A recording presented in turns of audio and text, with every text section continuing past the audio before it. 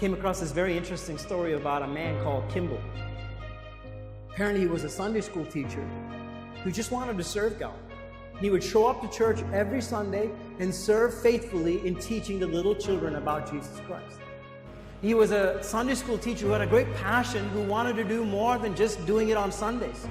So during the weekdays, he would actually follow through with all the children who came to his class on Sunday to make sure that they understood who Jesus was, and to help them understand a better relationship with him. And there was one kid in his class who came from a very rough background and couldn't understand who God was. So Kimball would take the extra step in going and visiting this kid in his place of work. And back in those days, the kids were working as laborers.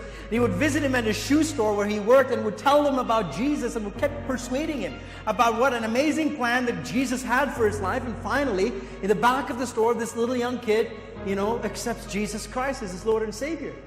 And his name was D.L. Moody, an amazing man of God. And because someone called Richard Kimball decided he was going to pursue him. But here's the interesting thing. The story doesn't end there. The story actually begins there.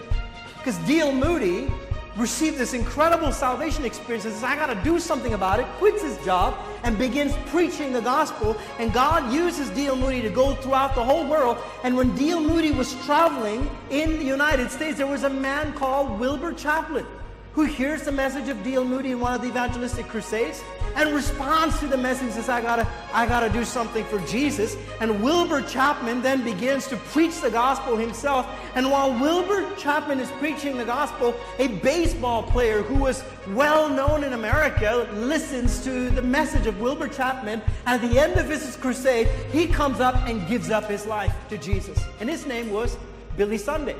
And Billy Sunday, right after he receives Jesus, quits his career at baseball and says, I'm going to devote the rest of my life in serving Jesus Christ. So he begins to do crusades just like Wilbur Chapman does.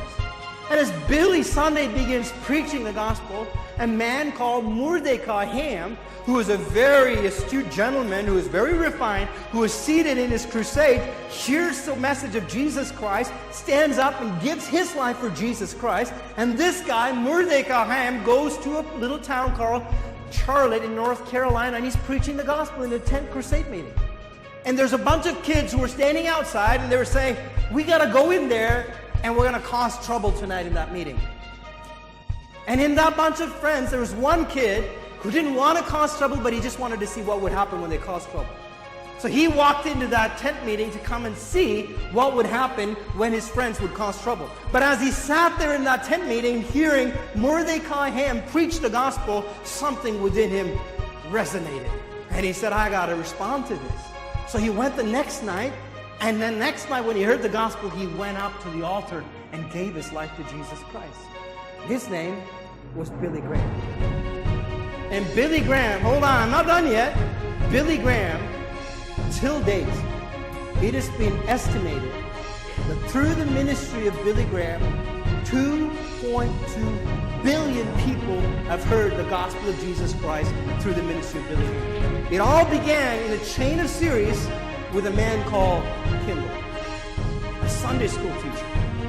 Of all people, who said, I'm going to be devoted with the gifting that God has placed in my life. I'm going to do it every Sunday sincerely. I'm going to go out of my way and I'm going to tell these kids about Jesus. And what he started ended up reaching 2.2 billion people and more, because we're not taking into account all the other people who got saved through all the other evangelists who were saved in the process as well.